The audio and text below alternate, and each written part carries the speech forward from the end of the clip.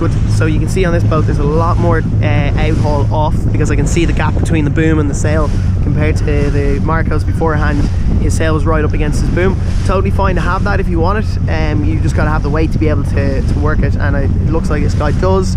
I'd almost have a bit more outhaul on just to help you with pointing though, because the more outhaul you have off, the more belly in the sail, and you can see the front of my hand starts pointing into the wind, and that's kind of what happens to your sail as well. So you try and find that happy medium of not flattening out your sail totally where you don't have the power, but also not having too much outhaul off that you've got a big belly in the sail, and then also the front of your sail, the luff, starts pointing towards the wind more, which kills your pointing.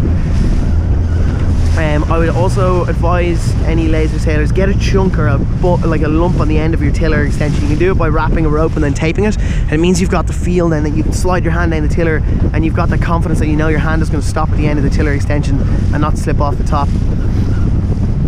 Again, it's good to see that there's not too much tiller movement, because we don't have much waves out here. We got little tiny ones that kind of slap the bay the odd time, but it's good to see the lads aren't going back and forth with the tiller like this while their shoulders are moving and all that, and they're working their ass off, and all they're doing really is wearing themselves out.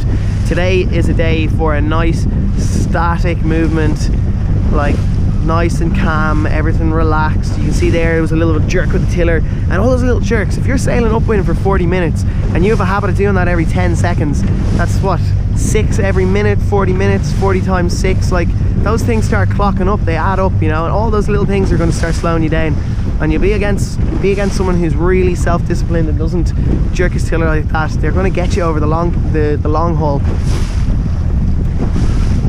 Looking good. I'd say definitely we need to get that main on more, and by doing that, if you got the kicker on more, he'd get that main on more, close that leech a little bit, and he'd be able to get a bit more pointing. But critically, with his body and his movement, his tiller and stuff, he's looking pretty good.